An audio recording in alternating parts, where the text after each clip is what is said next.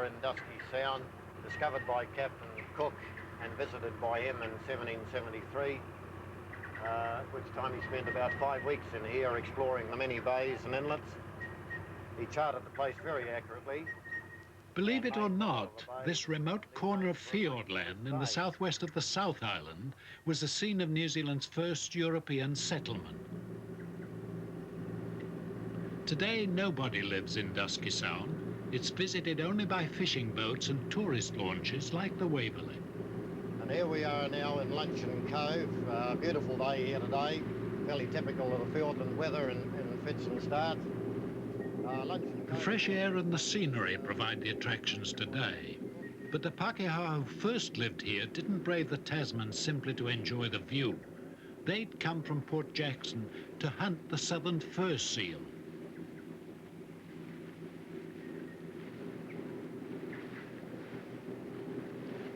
They came in the convict ship Britannia under the command of Captain William Raven in 1792, and they stayed 10 months.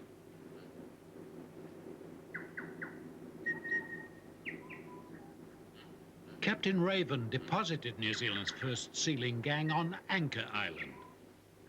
He left them with 12 months' provisions and, just in case he didn't return, enough equipment to build a boat. Strange as it may seem, this is the scene of the first Pākehā settlement in New Zealand. And that first sealing gang from New South Wales built the first European-style house right here on what must have been the only piece of flat land in the whole of Dusky Sound. It's difficult today, of course, even to see the site itself because of all this vigorous regrowth. The house, though, wasn't very elaborate, but it was big. I imagine it's extended 11 or 12 meters in this direction, 5 or 6 meters wide in this other direction. Today, of course, there isn't a sign of it. In fact, there isn't a sign of anything much at all in Dusky Sound to remind us of those European beginnings. And yet within a couple of years there were more than 200 men marooned in different parts of Fiordland, more than all the other Pākehā in the rest of New Zealand put together. They led a cruel existence, surviving on seal meat, penguins, fish and fern root. It's no wonder that they got busy with the boat-building materials that Captain Raven had left them. Here, you might say, the Pākehā shipbuilding industry in New Zealand started. It was born out of fear that the Britannia might not for some reason return to pick up the gang. In this case, though, the schooner did reappear as promised, though Captain Raven was disappointed at the gang's tally of seal skins, a mere 4,450. They were enough, though, to bring a succession of sealing vessels across the Tasman from Port Jackson and Hobart Town, and some of them returned home with as many as 70,000 skins.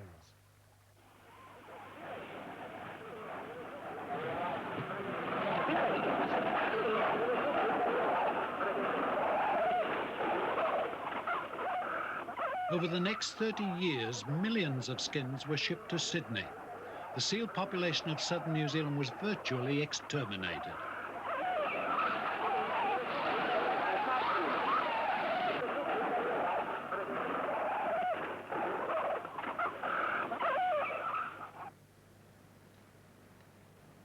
The seals weren't to come back for 150 years.